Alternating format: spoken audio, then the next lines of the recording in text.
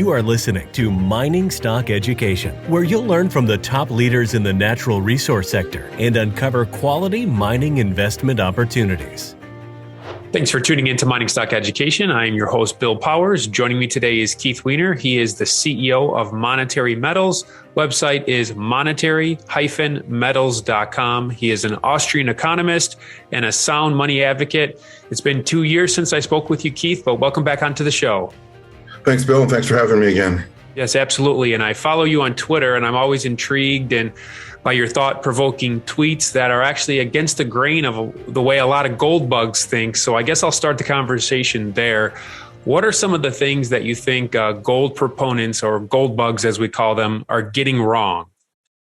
You know, it's funny. I just responded in a tweet that hopefully wasn't too provoking, but maybe thought-provoking. Someone had said that the reason why central bankers suppress the price of gold is because they know that it's not the price of gold going up; it's that their currency is going down as measured in gold. So I said, hey, I have to butt in here. Number one, I've written more than anybody to debunk this idea of price suppression conspiracy. But I said, everywhere I go, I say the same thing, which is it's not gold going up; it's currencies going down. And the central bankers don't regard gold, don't think about gold. And if you raise it with them, as I have, they just kind of get puzzled. They're like, what are you talking about? Like, that's not been a thing. It'd be like almost raising the issue of, horse and buggies and whips and horseshoes. You know, people, what are you talking about? We're moving from internal combustion engines to electric motors, and you're talking about horses and buggies. Like they don't really, they're puzzled, like genuine, not like angry, suppressing it, like nothing to see here, moving along, folks. But like, what are you talking about?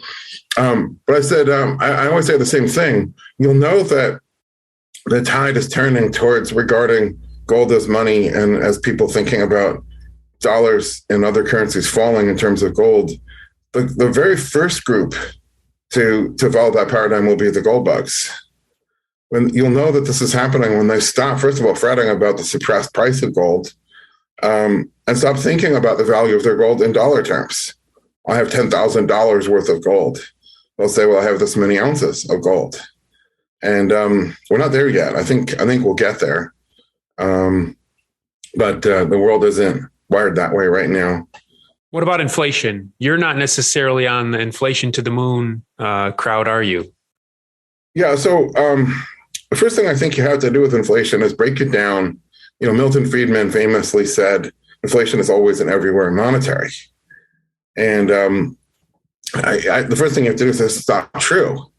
So, the most recent example, and I tweet about every time I find one, I tweet it. I probably am regarded as a tired old bore at this point. But some U.S. agricultural inspector was in Mexico and got by email, I think, to his official, or text to his official, Department of Agriculture phone, a threat against his life. So the U.S. said, okay, fine, we're no longer allowing imports of avocados from Mexico. Well, what's that going to do to the price of avocados in supermarkets in the U.S.? It's going to skyrocket, obviously.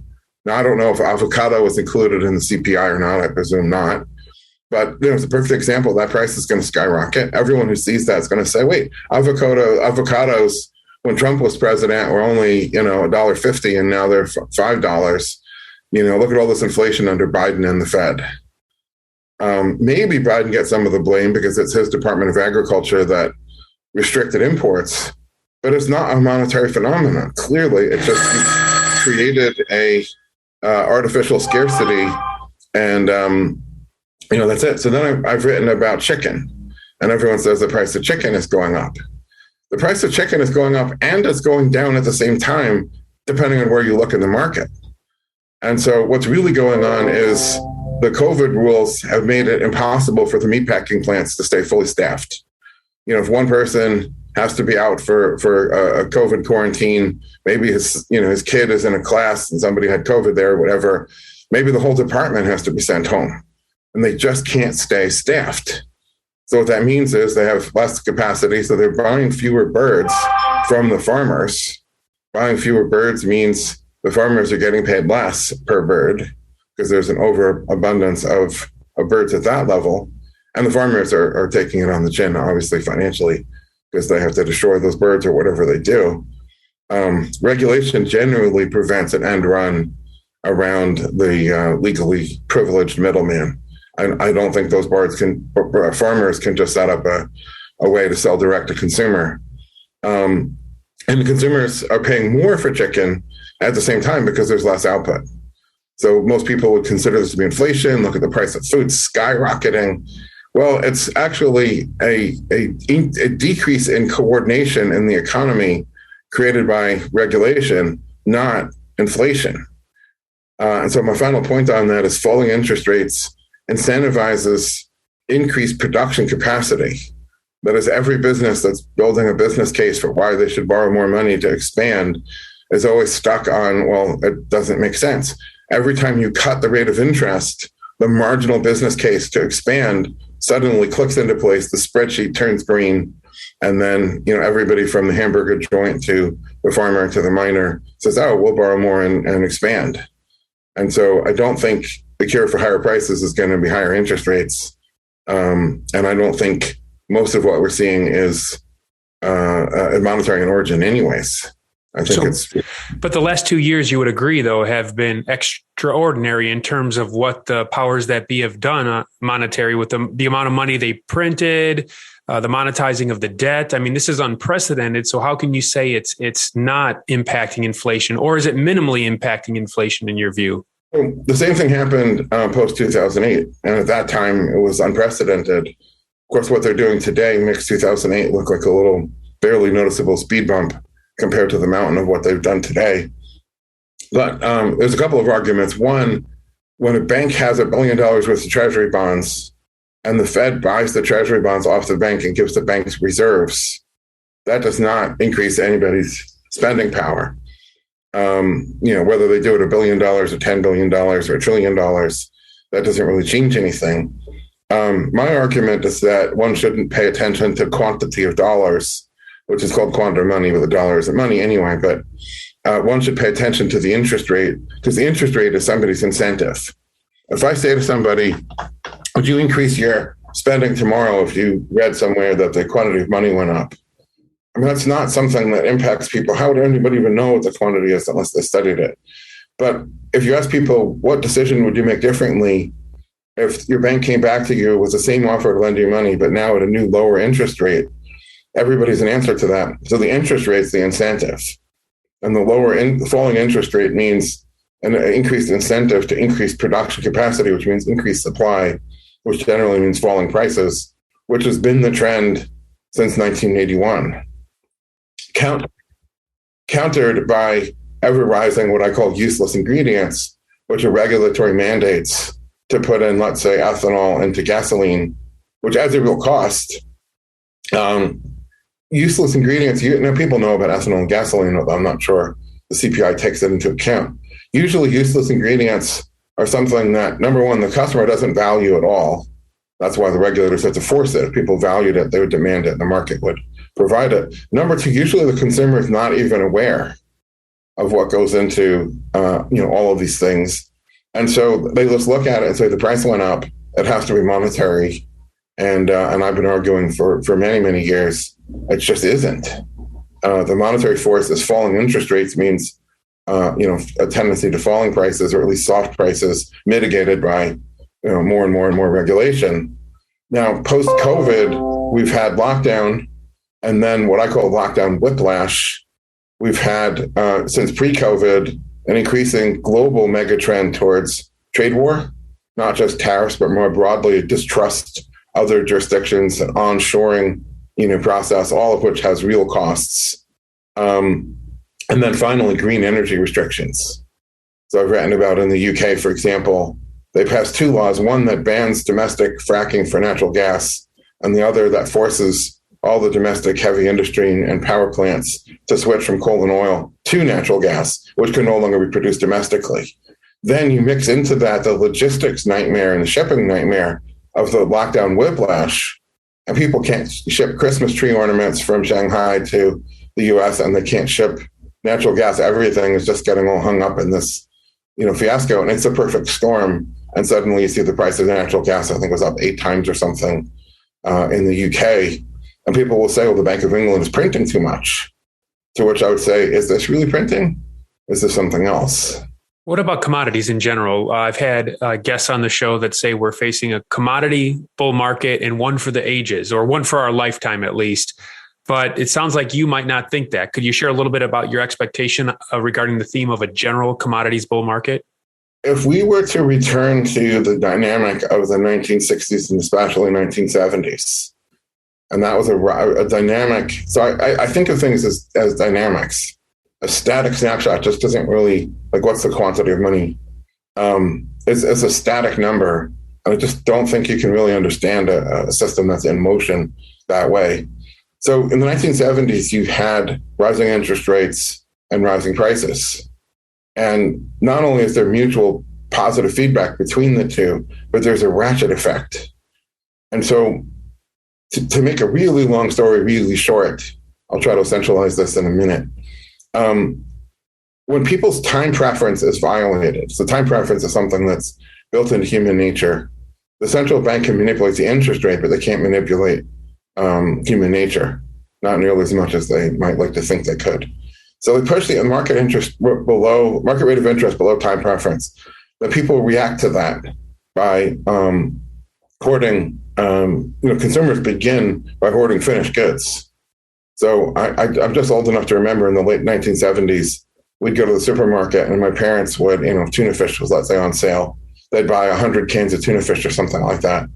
And we'd eat like 1 can a week, for Sunday brunch or something. But, they would, I put it in these terms, they preferred a pantry balance to a bank balance because the interest rate, which in those days was much higher than now, granted, was below their time preference. So all of this hoarding by consumers is pushing up prices because there is not only an increase in the rate of purchases by consumers relative to the rate of production, but the increase in rate is increasing itself. In other words, this is happening at a faster and faster pace. People are buying more and more, not to actually consume, but to stock up.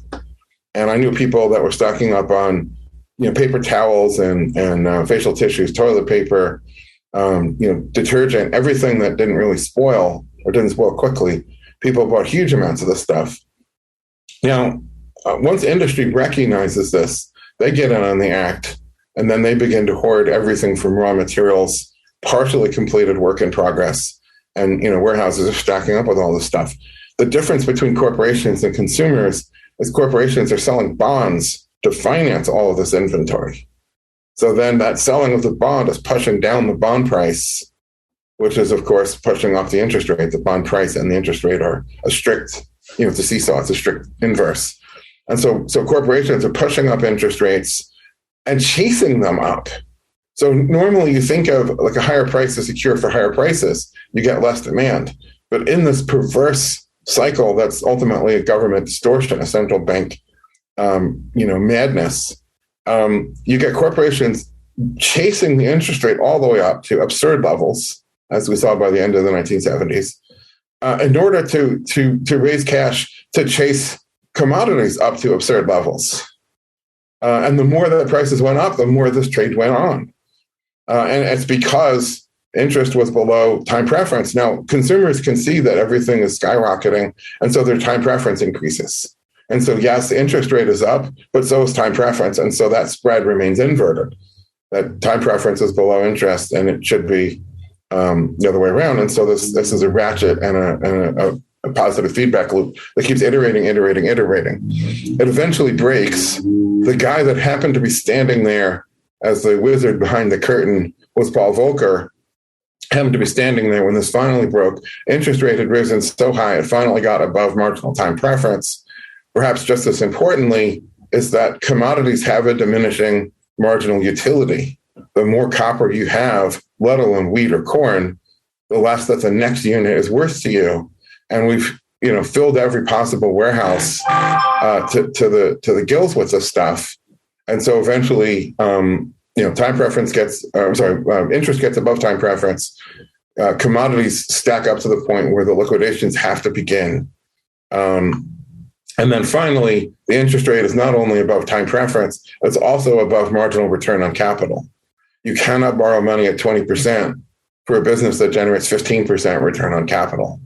So those two inversions, one inversion corrects, the other one is created. Too much commodities stack up, and thus begins the great squeeze, compressing all of the inventory out of the system. Just in time, lean. These trends begin to take hold, in the early to mid 1980s, and that's the trend that we're still in today. So today, is there any corporation alive that is in a position not only to borrow more to finance commodities, but to actually chase up the interest rate? To that, my answer is something like 20% of all the debt that's out there is zombie corporation debt.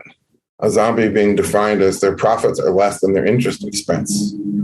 Are these companies in any position? No, they're not even in a position to stay alive if interest rates go up. And so I think the Fed is going to be very mindful of that and not want to allow all that to default, let alone are they in a position to pay more and more and more in order to pile up hordes of commodities in a speculation against further prices. Now, all of that said, what can happen is a widening of the spread, just as in the case of chicken farmers. The commodity producers can find themselves, not able to make as much money because there are various regulatory inefficiencies jammed into the middle of the market, whether they be ESG or green energy restrictions more generally, or who knows what. That at the same time that the person who's actually mining the stuff out of the ground is making less, then consumer products manufactured with the stuff could be going up because of regulatory and fiscal interferences. Would you call that inflation? I would say, well, that's a low resolution, to borrow the term from Jordan Peterson, that's a low resolution, view of it.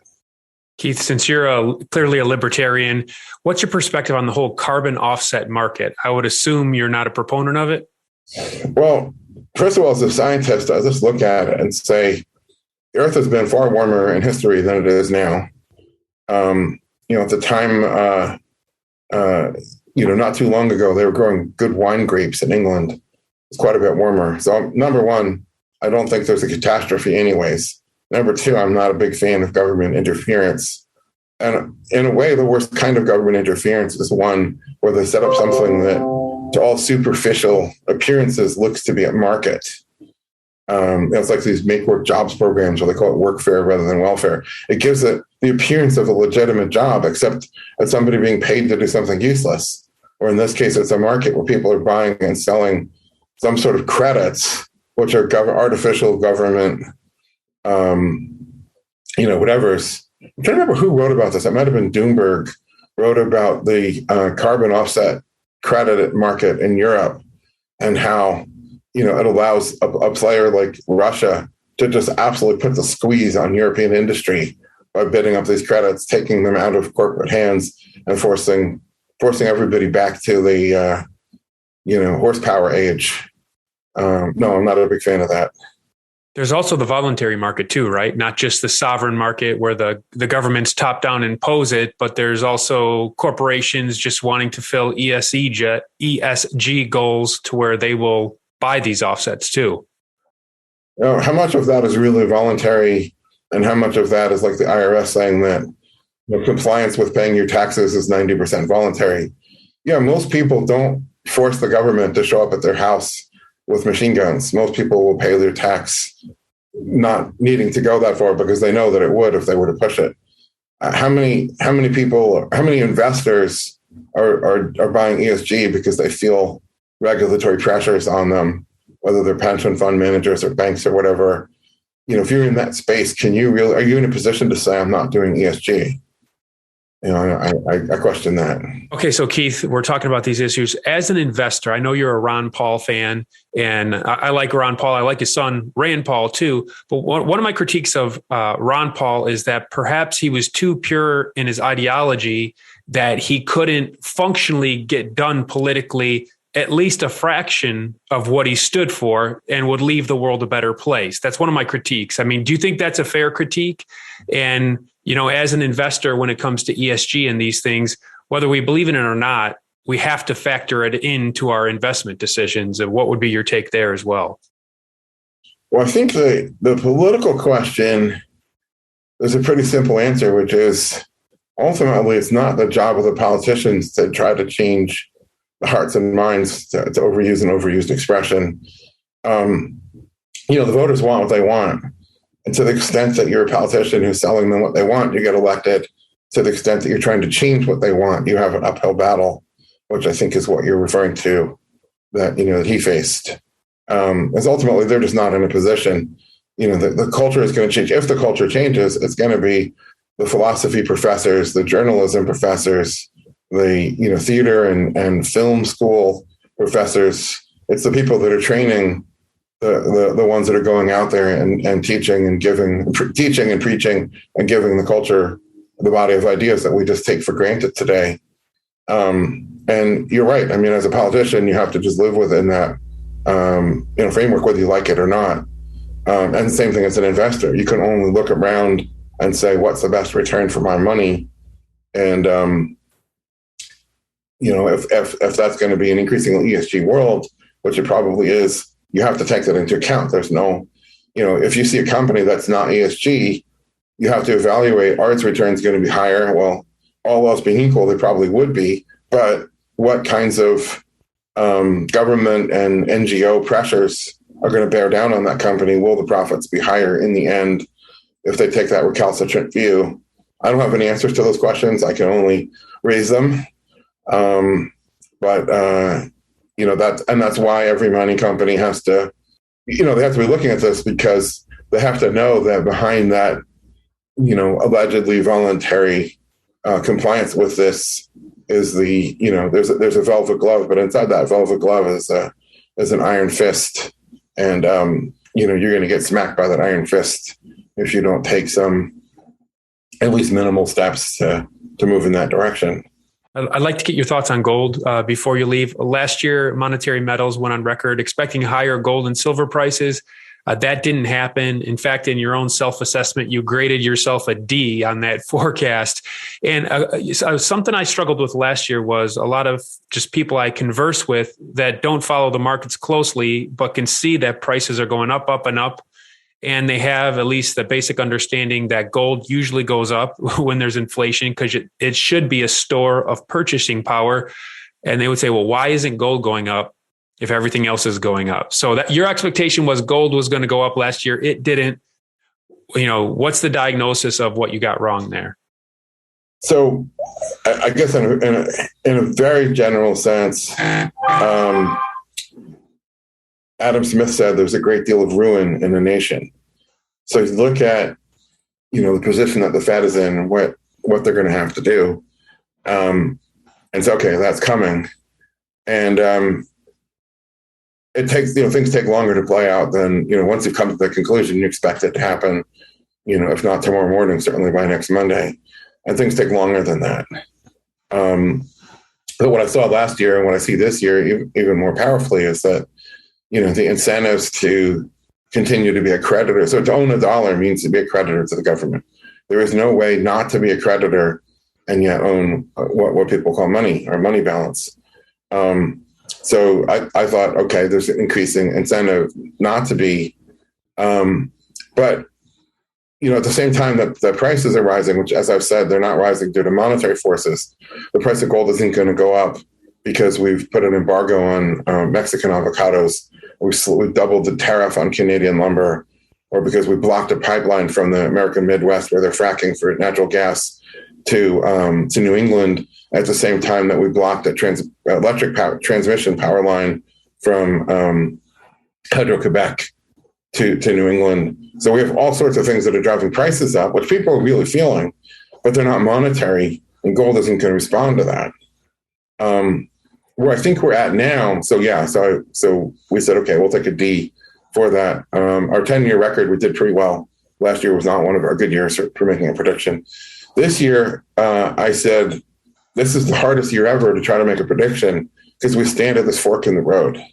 I mean, the Fed has now announced that they're hell-bent on taking this path, which is going to cause ruin, or at least I should say precipitate. The ruin's already baked in the cake, although they don't see it that way, and I don't think most people see it. And that is hiking rates which will destroy all the zombies, create an enormous number of defaults. Those defaults will begin cascading. Many companies that aren't today reckoned to be zombies will find that they suddenly become zombies. Their revenue dries up. Credit defaults all over the place. And, and the Fed will have to react and reverse course. And the question is, how long does the Fed take before they flinch? If this is a game of chicken, how quick do they jump out of the road? And so if the Fed persists and they say, damn the torpedoes, we're willing to take another 2008 or worse, we have to correct this course and we have to get ahead of inflation as they would imagine it, then the prices of most assets would absolutely collapse if the Fed were to persist in that policy. I don't think the price of gold would drop that much.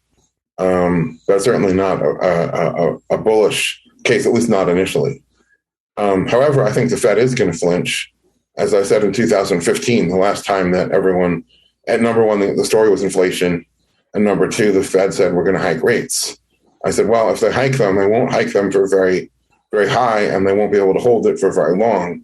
And that turned out to be, correct.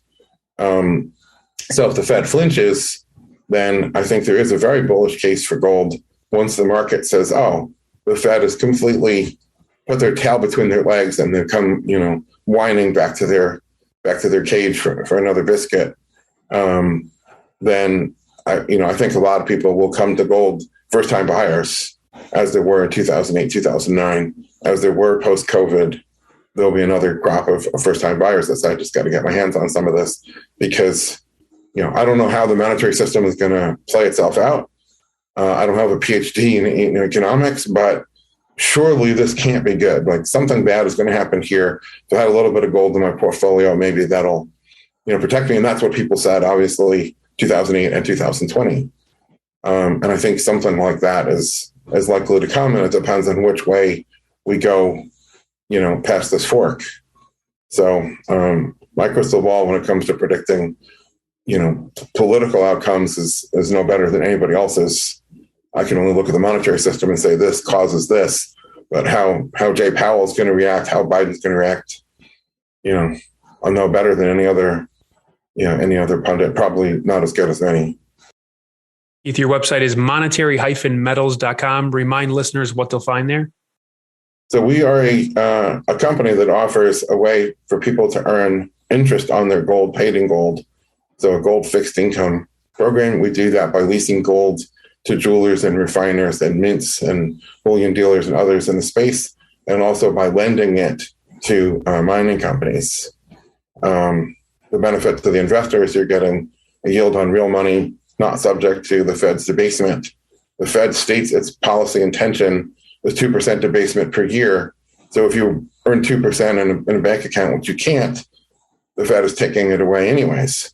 If you earn 2% on gold, that's not subject to debasement. The benefit to the borrower is it removes price risk, which is one of their big risks. If you're a mining company and you invest in a project thinking the gold price is going to be $1,850, if the gold price goes to $1,550, you could be in a world of hurt, depending on obviously your cost of mining. So by borrowing in gold, you hedge that risk. But unlike a financial hedge, you don't have margin calls and all the other problems that mining companies have bumped into over the years. Excellent. Well, thank you for coming on the show today and sharing your insights. Thanks, Bill, for having me.